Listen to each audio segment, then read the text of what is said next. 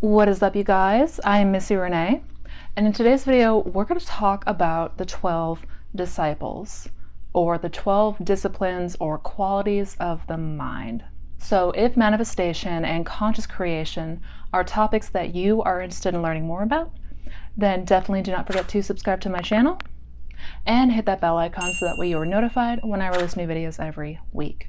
If you're interested in more resources such as one-on-one coaching or my new membership group, I will have all of that linked down in the description box below, so don't forget to check it out. So as most of you probably know, if you have studied Neville or read any of his books or lectures, Neville taught the Bible. He spoke and taught about Scripture, but not in the same way that the Bible is taught and translated in mainstream Christianity. He didn't teach the Bible as actual historical events, but as a psychological blueprint of man's development. So the stories of the Bible were not meant to be taken literally. They are all, figuratively speaking, symbolically speaking, representations of the mind, and ultimately talks about man's transformation to become his higher self, or Christ. And I've touched on this a little bit in previous videos, but I've had a lot of you request that I do more of the Bible, translations of the Bible from how Neville taught it from a metaphysical stance. And when it comes to manifestation and how to create our circumstances consciously, it is really helpful to have an understanding of what the Bible was trying to teach, because it is essentially a guide on how to manifest. The figures in the Bible were not actual physical people who lived 2,000 years ago, but instead represented qualities of the mind, and each man represented a different state of consciousness. And that gets to the 12 disciples. So when Neville spoke about the 12 disciples of the Bible, he was talking about the 12 disciplines or 12 qualities of the mind, and essentially it lays out a blueprint for us on what we need to do in order to successfully take control and consciously create in our lives. So if you are interested in getting a breakdown of this blueprint and what you need to do in order to get to the place where you successfully are able to manifest, where you take control over the creation in your world, then definitely stick around through the end of the video, because I'm going to break down the 12 disciples or qualities of mind that will get you from where you may be stuck currently to ultimately where you desire to be. So Neville has a fantastic breakdown of the 12 disciples in his book, Your Faith is Your Fortune. And that's what we're going to go over today. It's chapter 18 of Your Faith is Your Fortune. So if you have Neville's Complete Reader, you can go ahead and come back to that chapter, which I strongly recommend you do, in order to really get that understanding of what exactly is needed in order to master this game of life. But regardless, this may be a bit of a longer video, but that is because it is very important to have an understanding of this. Most people come to me because they do not understand this. And once you have this understanding and you know exactly what you need to do, you will then be able to set out and truly become the master of your fate. I also recommend that you take notes in this video. It is really important to have this breakdown and understand these qualities of the mind. So without further ado, let's jump in. So the first thing that is important to note is the word disciple. Disciple is a derivative of the word discipline. Hence why I hammer on about how it is important to discipline your mind. Manifestation mastery comes from a disciplined mind, and disciple is a derivative of discipline. So these 12 disciples never historically lived, but instead represented the qualities of your mind that you need to discipline in order to start seeing the confirmation that you are in fact the creator, that you are in fact Christ. So the names of these 12 disciples were Simon, who was later named Peter, Andrew, James, John, Philip, Bartholomew, Thomas, Matthew, James the son of Alphaeus, Thaddaeus, Simon the Canaanite, and lastly, Judas. The 12 disciples represent the 12 qualities of the mind which can be controlled and disciplined by man. If disciplined, they will at all times obey the command of the one who has disciplined them. These 12 qualities in man are potentials of every mind. Undisciplined, their actions resemble more the actions of a mob than they do of a trained and disciplined army. All the storms and confusions that engulf man can be traced directly to these 12 ill-related characteristics of the human mind in its present slumbering state. So basically, all of the mishaps and all of the misfortune in your life can be traced back to these 12 qualities as they are undisciplined. Until they are awakened and disciplined, they will permit every rumor and sensuous emotion to move them. The first quality to be called and disciplined is Simon, or the attribute of hearing. This faculty, when lifted to the level of a disciple, permits only such impressions to reach consciousness as those which his hearing has commanded him to let enter. No matter what the wisdom of man might suggest or the evidence of his senses convey, if such suggestions and ideas are not in keeping with that which he hears, he remains unmoved. This one has been instructed by his Lord and made to understand that every suggestion he permits to pass his gate will, on reaching his Lord and Master, consciousness, leave its impression there, which impression must, in time, become an expression. So this is the attribute of hearing, and this is the attribute of hearing only what you want to hear. No matter what others are saying to you, no matter what might be going on around you, no matter what your physical senses might be telling you, you must remain unmoved. If you allow it to come into your consciousness where it will leave an impression, that impression must, in time, become an expression. You will see it. You will see the evidence of it in your physical reality. So only hearing what you want to hear, and if it's not what you desire, you are unmoved. You do not let it faze you. The instruction to Simon is that he should permit only dignified and honorable visitors or impressions to enter the house, or consciousness. No mistake can be covered up or hidden from his master, for every expression of life tells his Lord whom he consciously or unconsciously entertained. And this is an important one. It says that you cannot trick yourself, you cannot deceive yourself, because no mistake can be covered up or hidden from his master, or that is, your subconscious. So if you are still experiencing things, if things are still expressing themselves in a way that you don't like, it is because of what you have either consciously or unconsciously entertained. So we cannot allow ourselves to entertain anything that is not what we desire to experience.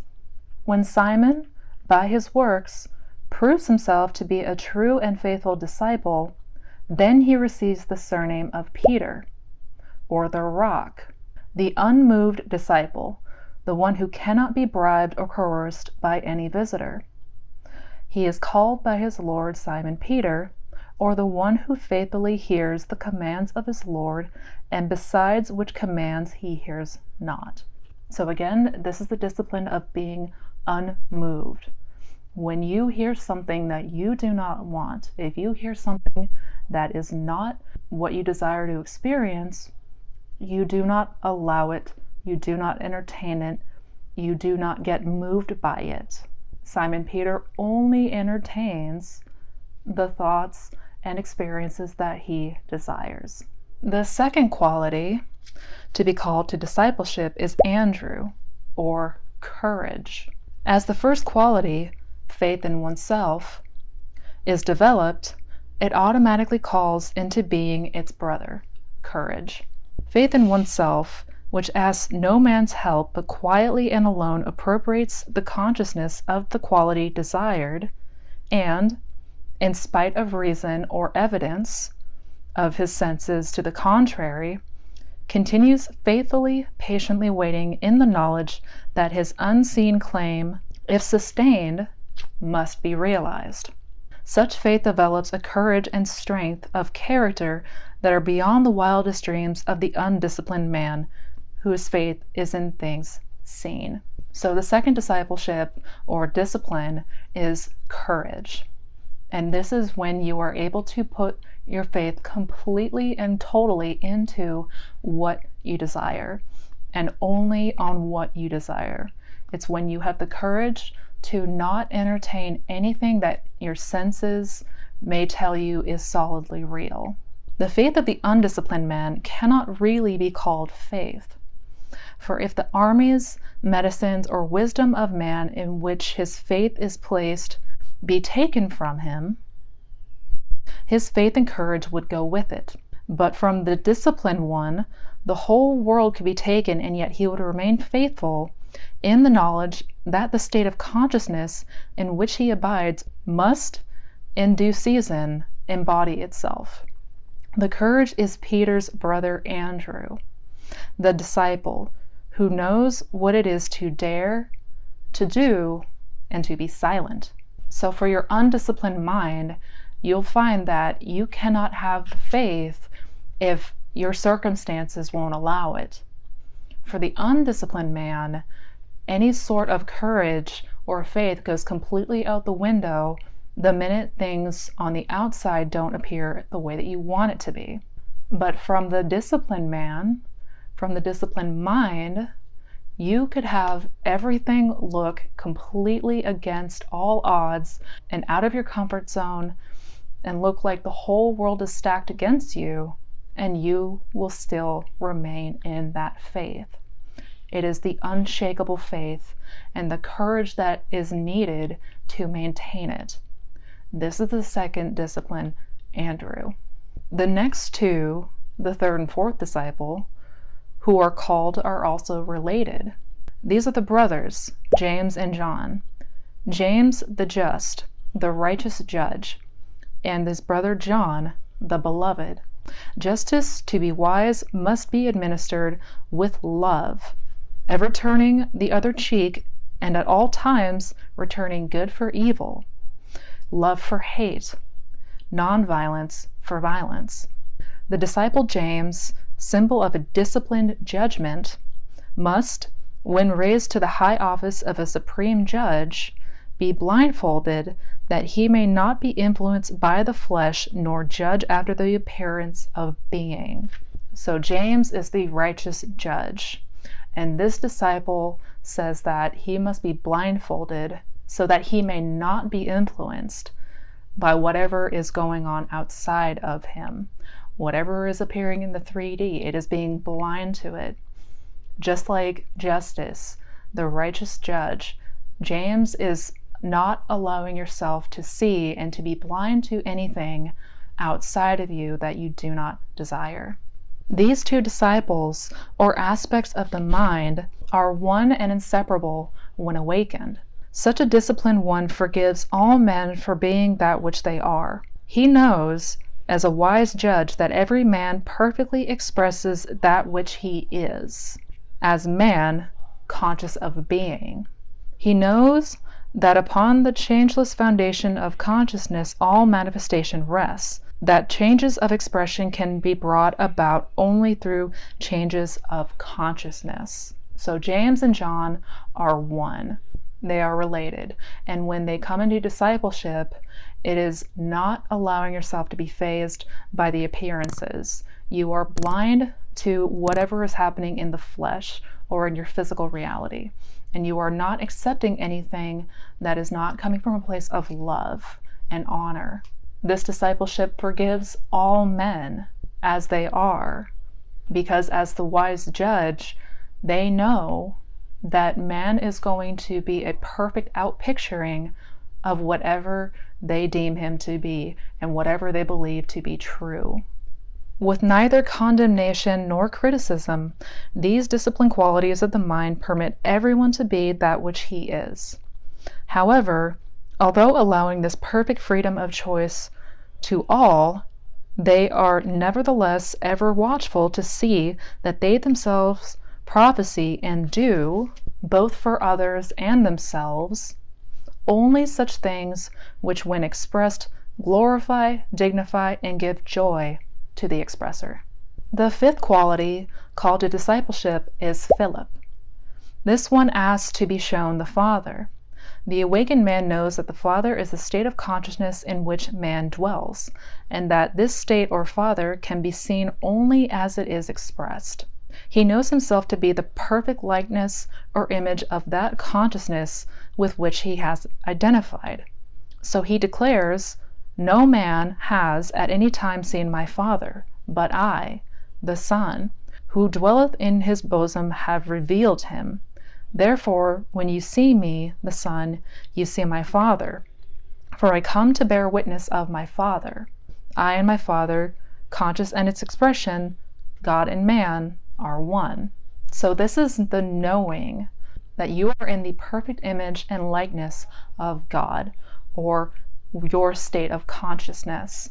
This disciple knows that he is perfectly and completely what he identifies himself to be.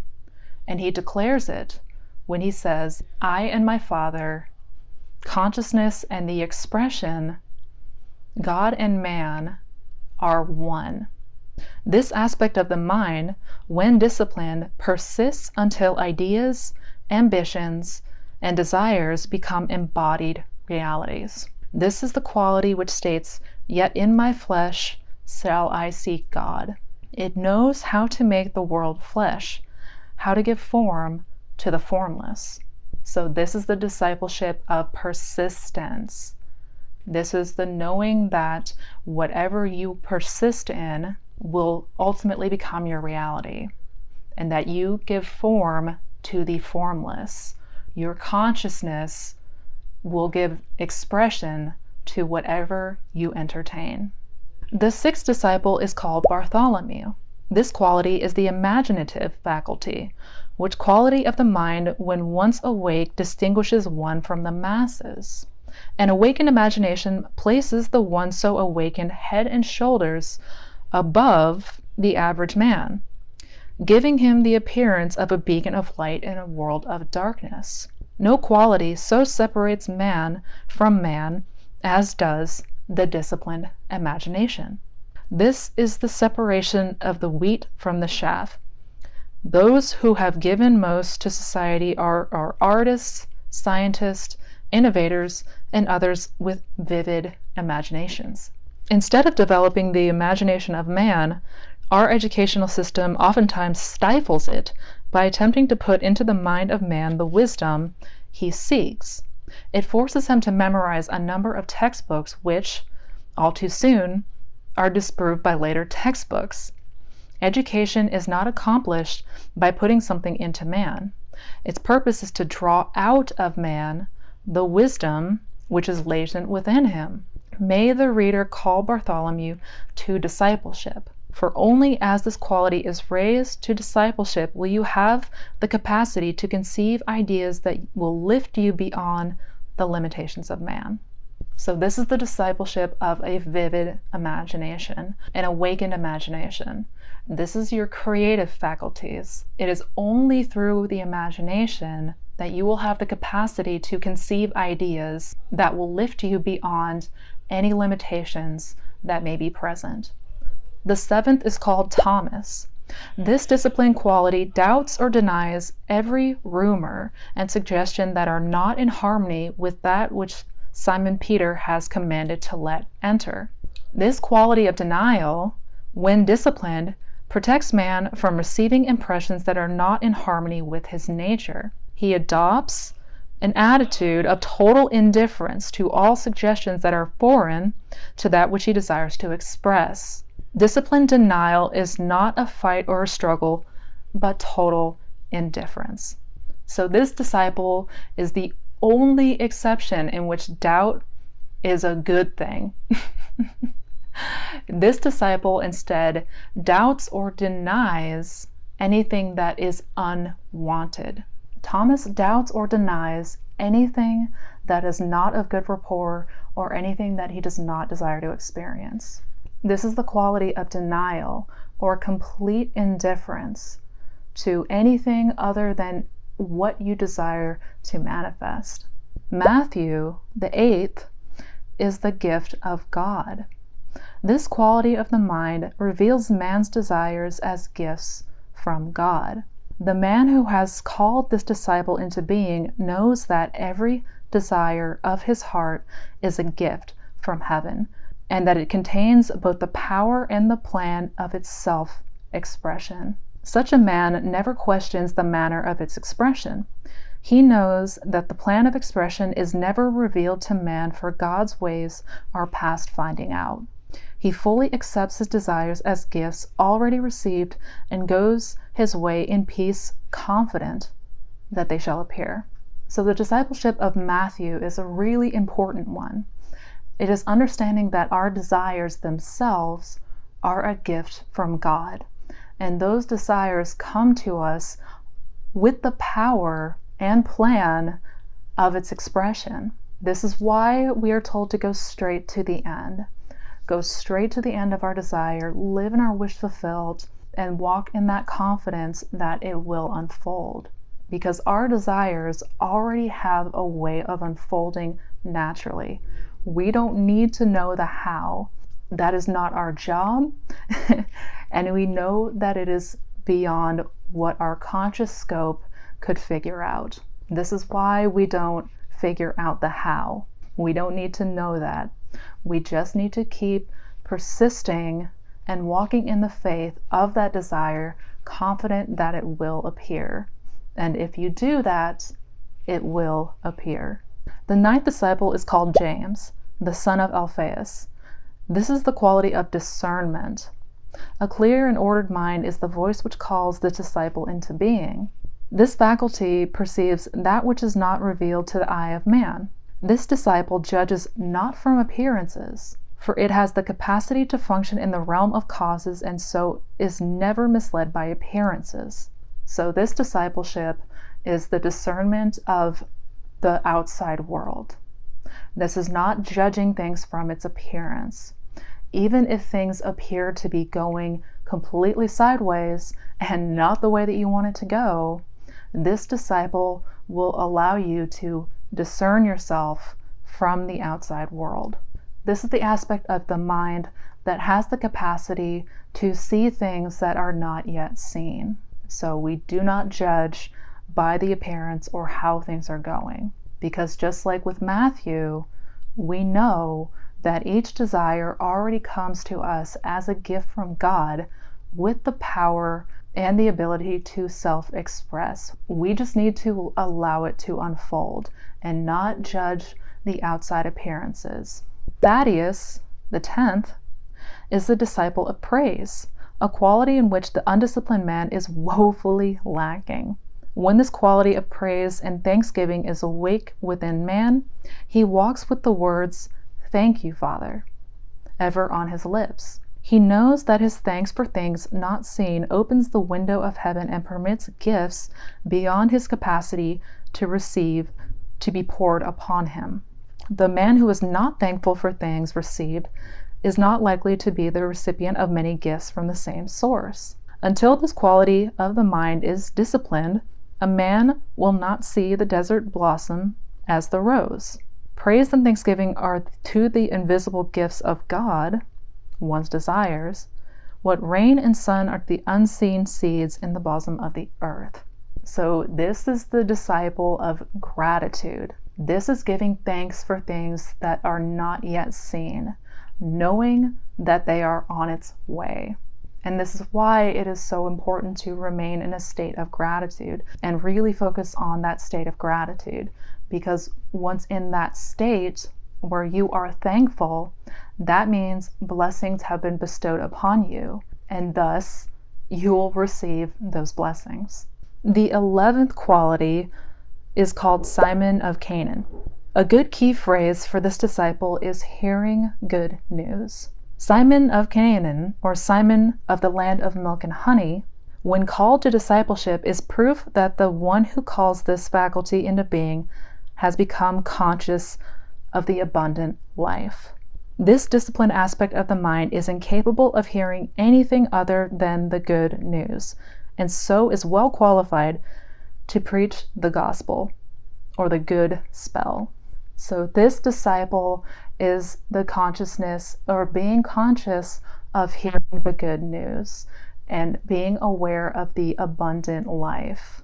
It is being incapable of hearing anything other than the good news that you desire to hear.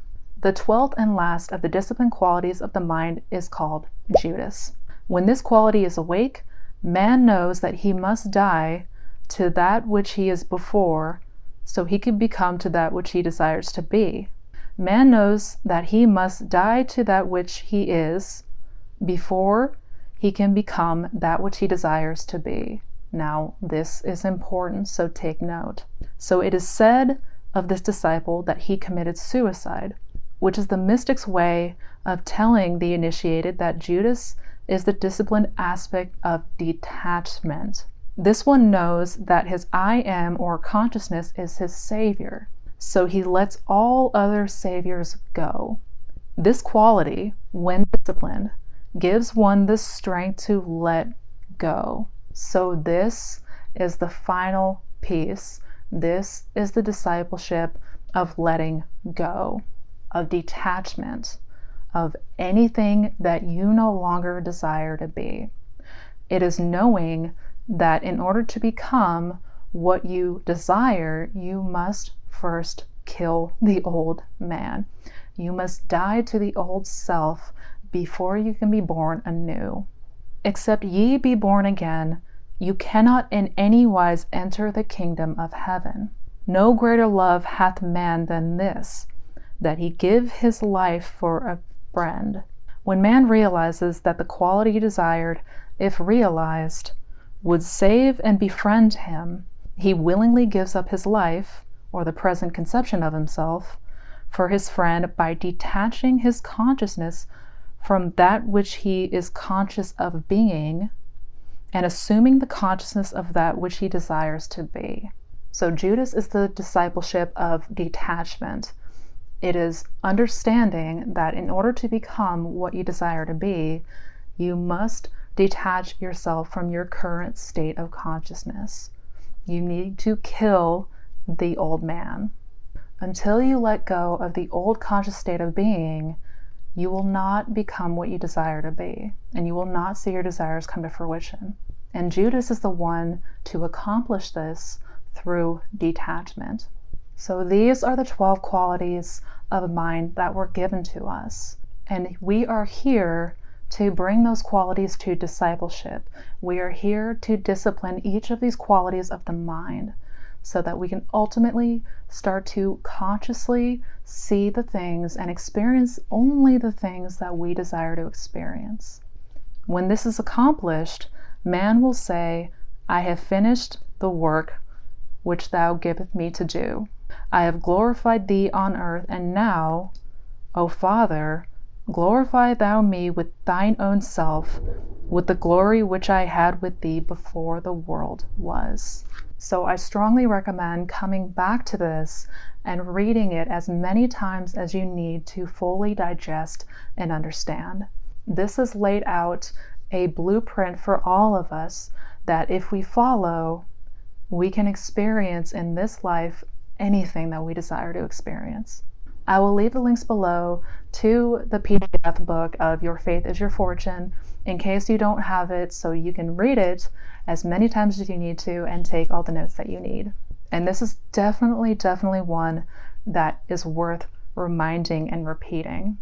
This is how you awaken, and this is how you ultimately become anything that you desire to be. So I hope you guys enjoyed this video. I hope you found it informative. If so, don't forget to give it a thumbs up. And if you're interested in checking out any of my other resources, I will have the links down below to my one-on-one coaching, my blog, my social channels, my podcast, and my membership group. Got a lot of good stuff down there for y'all, so definitely don't forget to check it out. Also, do not forget to check out these videos over here. Each of the videos are a different topic, but it all pertains in how to manifest the best life possible. So until we meet next time, you guys, take care, be well, and never forget that your path to freedom is through the discipline of your mind. Happy manifesting, you guys.